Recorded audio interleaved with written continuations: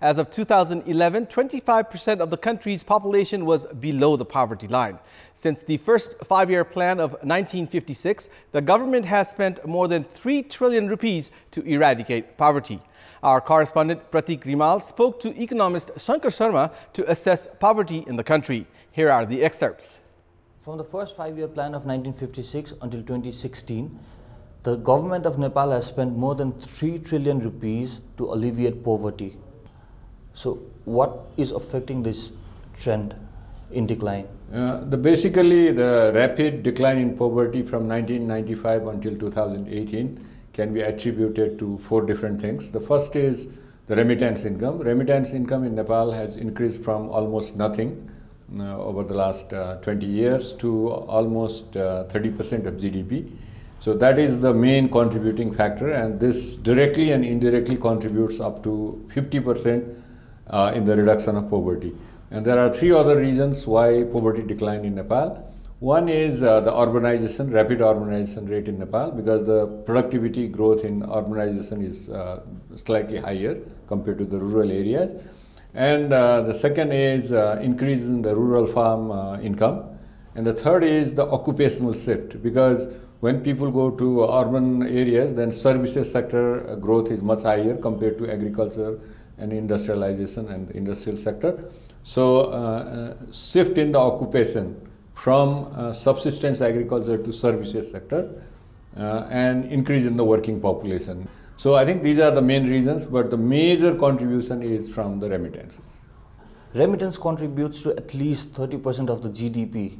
If this trend decreases, for instance, how will the situation be? Will it be more chaotic to tackle poverty? Yes, if we are following the growth rate of about 4.5%, which was the case over the last 2 decades, then yes, decline in the remittances will have a adverse impact and significantly chaotic situation in the country. But over the last 3 years, I think our economic growth has been growing at a rate of about 6 to 7% per annum. Again, for the next year, World Bank is projecting 6.4% economic growth, mainly driven by, again, I think consumption, reconstruction, as well as services sector.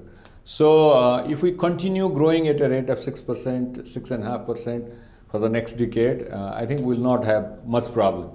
But if our growth rate goes below 5%, and then if the remittance starts declining, then we can have a big problem in Nepal, and it can increase, it can even increase the poverty incidence in the country.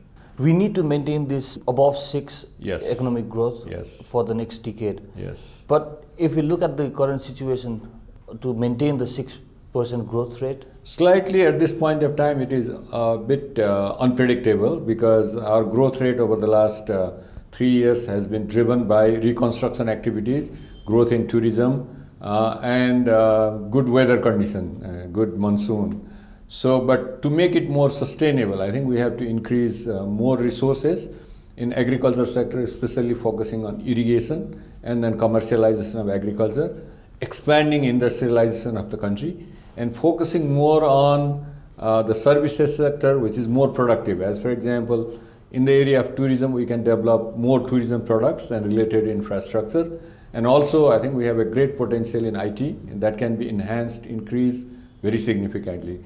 On the top of that, I think foreign direct investment is also very important for Nepal, because Nepal will not have enough resources to invest in all these areas. So we also need significantly increased amount of foreign investment in the country. How does that affect or influence poverty reduction of a poor farmer, let's say in Koilali district? IT sector is basically for educated people, let's say graduates and equivalent. But when we are talking about irrigation, when we are talking about tourism products, development of tourism products and infrastructure, when we are talking about rapidly expanding industrialization, I think that will particularly benefiting to the poor people. But also in the meantime, we also need to take into account the regional balance, because the poverty incidence in province 1 is only 16%, but poverty incidence in Sudur Paschim is about 46%. So if we don't give enough emphasis on the regional balance, then this disparity will even increase, as you have said in IT, then we can have even more problem in the country.